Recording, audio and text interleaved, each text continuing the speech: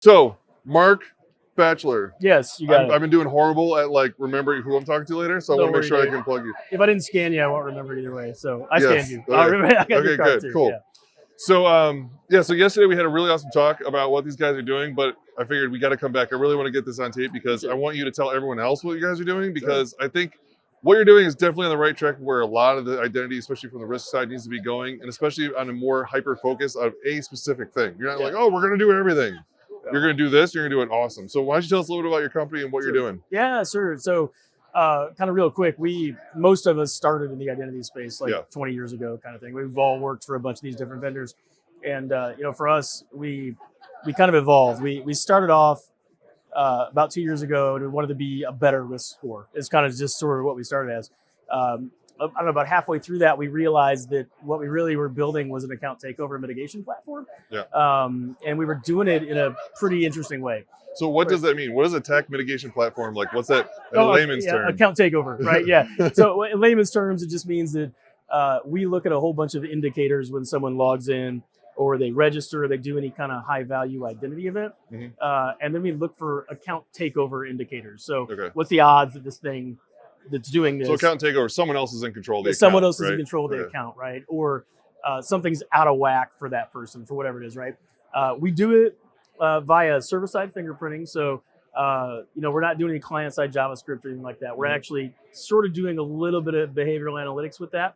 And then we've got a rules engine that lets you ask us questions at any point to orchestrate some kind of outcome, right? Cool. Outcome could be anything you want it to be. MFA. We partnered with this company over here, ID DataWeb, for proofing. We'll talk to them next. Yeah, go talk to them next. They do the proofing side of it for us. So we can send people over to get document proofed or phone proofed. They've got a whole bunch of stuff they proof with. So why'd you pick them? How about that? One of the guys used to work for me. Oh, there you go. But they're also, they're kind of the Switzerland of the proofing world, right? They've got a big sort of network of things they can proof against. They don't really store any data, but they've got policies and they can orchestrate all that. They're just easy to work with. So that's why we picked them. Cool. Anyway, if they get proofed, we have these fingerprints, we call them signal prints.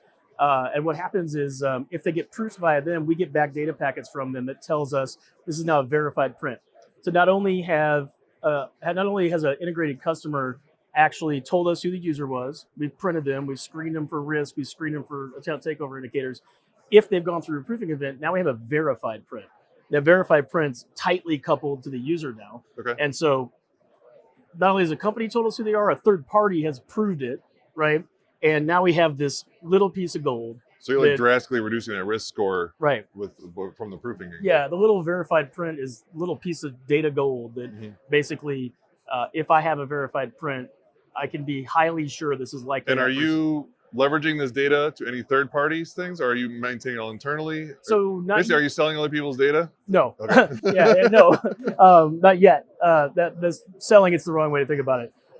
There's a good chance that we'll take these verified prints and potentially write them out as a verified claim someday, somewhere, so they can be used in wallets for authentication and things like that, right? So, Web3 stuff, I may show up somewhere, and if I have a verified print, maybe I don't have to do the extra step, that kind of thing, right? Cool. Sort of ahead of it. So yeah. Nice.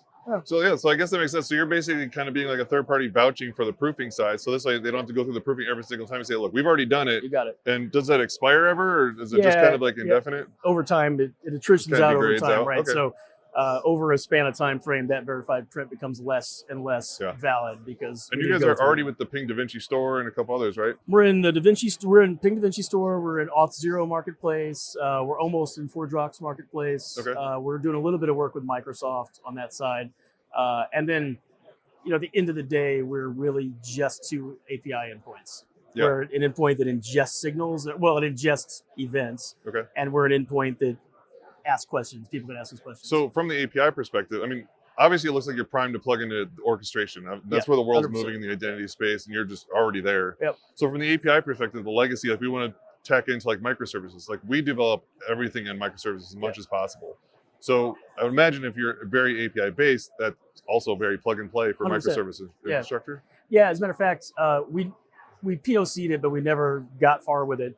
We actually had somebody that wanted to do, they offer Docker images of their service, right? Okay. Yeah. Is available. It seems pretty common nowadays. Pretty common, yeah. But they've got this infrastructure in place that they were going to create signal prints for the Docker images, Okay. the machine images themselves, to know if it's been tampered with for a person and things like that, right? So wow, know, so it's like a Kubernetes tripwire.